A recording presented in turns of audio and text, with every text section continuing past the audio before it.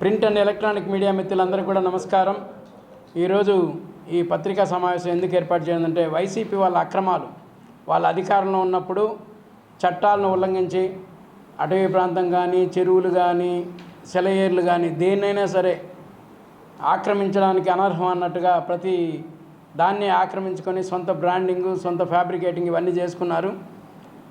రొంపిచెర్ల మండలం, పొంగనూరు కాన్స్టిట్యున్సీ, రొంపిచెర్ల మండలం, మంగళంపేట గ్రామంలో 295, 296 సర్వే నెంబర్లో దాదాపు 295లో 17 ఎకరాల 69 సెంట్లు, 2096 296లో 6 ఎకరాలు, మొత్తం కలిపితే 23 ఎకరాల 69 సెంట్లు 1952 లెక్కల ప్రకారం ఎఫ్ఎంబి కానీ, అలాగే 10-1 అడంగల్ వల్ల కానీ, అన్ని పహాని వల్ల కానీ అన్నీ తెలిసింది ఏంటంటే ఒక్క 23.69 ఎకరాలు మాత్రమే అక్కడ కల్టివేషన్ ల్యాండ్, ప్రైవేట్ ల్యాండ్ ఉంది. మిగతా చుట్టూ కూడా అంతా ఫారెస్ట్ ల్యాండే ఉంది యాక్చువల్లీ. కానీ ఆ ల్యాండ్ని రోజు రోజు పెంచుకుంటా సర్వేశ్వర రెడ్డి మిగతా వాళ్ళ ద్వారా వీళ్ళు కొన్నట్టు, అది ఇందిరమ్మ, లక్ష్మణ్ రెడ్డి, అలాగే వీళ్ళ మిథున్ రెడ్డి వీళ్ళ పేర్లతో ఒకసారిగా అది 50 ఎకరాలై కడాకు వచ్చేటప్పటికి ఈ రోజుకి 75 ఎకరాల 75 సెంట్లు అయింది. అది అంటే వీళ్ళు ఏమైనా భూమిని సాగదీసినారేమో తెలియదు, ప్లాస్టింగ్ గిస్టింగ్ సాగదీసినారేమో, ఆ విధంగా సాగదీసినట్టు పెద్దిరెడ్డి గారు. ఈ భూమి అంతా కూడా అంటే ఫారెస్ట్ ల్యాండ్లోకి వెళ్ళకపోతే వీళ్ళకి 75 ఎకరాలు వచ్చే అవకాశమే లేదు. దీన్ని తర్వాత సబ్ డివిజన్ చేశారు. సబ్ డివిజన్ చేసిన తర్వాత 295లో 1C అని పెట్టారు. ఆ 1Cలో ఏంటంటే షంషుద్దీన్ పేరు పెట్టారు. యాక్చువల్గా ఆయన పేరుతో 15 ఎకరాలు ఉన్నట్టు, ఆ 15 ఎకరాల తర్వాత వీళ్ళకి వచ్చినట్టు. అంటే ఇవన్నీ కూడా మీకు అర్థమవుతుందా? ఫ్యాబ్రికేషన్ జరుగుతుంది. ప్రతిదీ కూడా లేని భూమిని ఉన్నట్టు క్రియేట్ చేసి దాన్ని వీళ్ళ పేరుతో వీళ్ళ దీంట్లో అకౌంట్లోకి వచ్చింది. కొన్ని ఎలా కొన్నామో తెలియకుండా కూడా వీళ్ళ అకౌంట్లోకి వచ్చేసింది మొత్తం కూడా.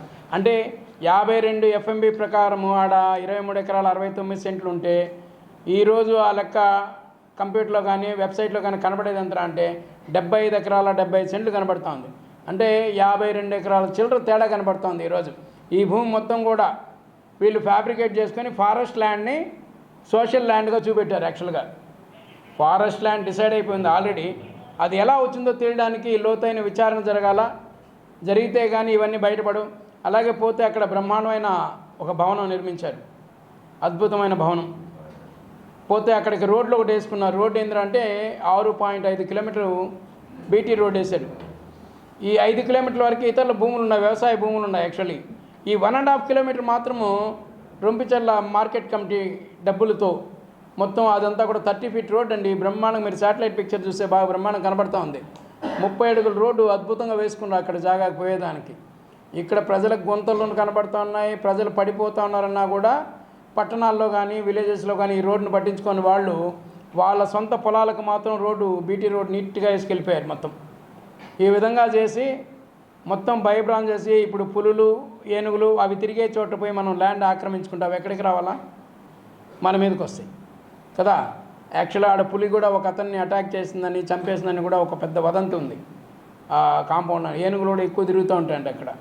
వాటి ఆవాసాల్లోకి మనం వెళ్ళి ఆక్రమించుకొని వాటిని చేయడం వల్ల ఈ వన్యప్రాణులు కూడా అన్నీ కూడా పట్టణాల్లోకి, నిన్న చూస్తే నారావారిపల్లిలో ఒక వైస్ ప్రెసిడెంట్ కూడా చనిపోయినాడు.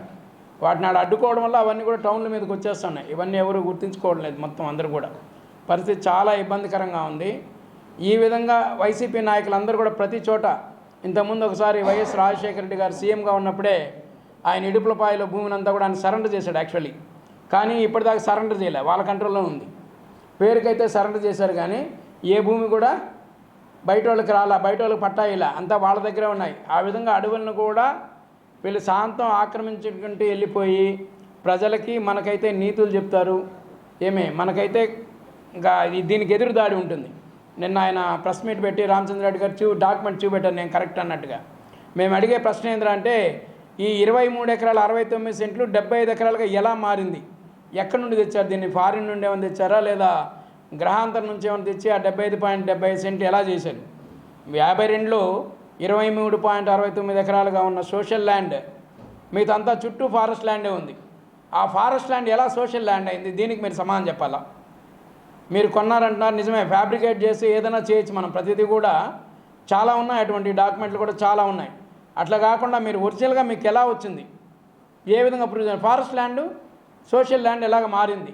ఈ రెండింటికి మీరు సమాధానం చెప్పాలా పెద్దిరెడ్డి గారు, మీ మిథున్ రెడ్డి గారు, అలాగే మీ ఇంటి కుటుంబ సభ్యుల పేరుతోనే ఈ 75.75 ఎకరాలు కూడా మీ పేరుతో ఉన్నాయి కాబట్టి, అలాగే మీరు షెడ్లు కూడా గో షెడ్లు కూడా ప్రభుత్వ డబ్బులతో నిర్మించుకున్నారని, రోడ్లు కూడా ప్రభుత్వ డబ్బులతో వేసుకున్నారని, ఇవన్నీ కూడా మీరు ఖజానాకు తిరిగి కట్టే బాగుంటుంది. మీ సొంత డబ్బులతో వేసుకున్నారు కాబట్టి మీరు అందరూ వెనక్కి ఇవ్వాలని, ఆ ఖర్చులన్నీ కూడా వెనక్కి బేర్ చేయాలని కోరుకుంటున్నాం.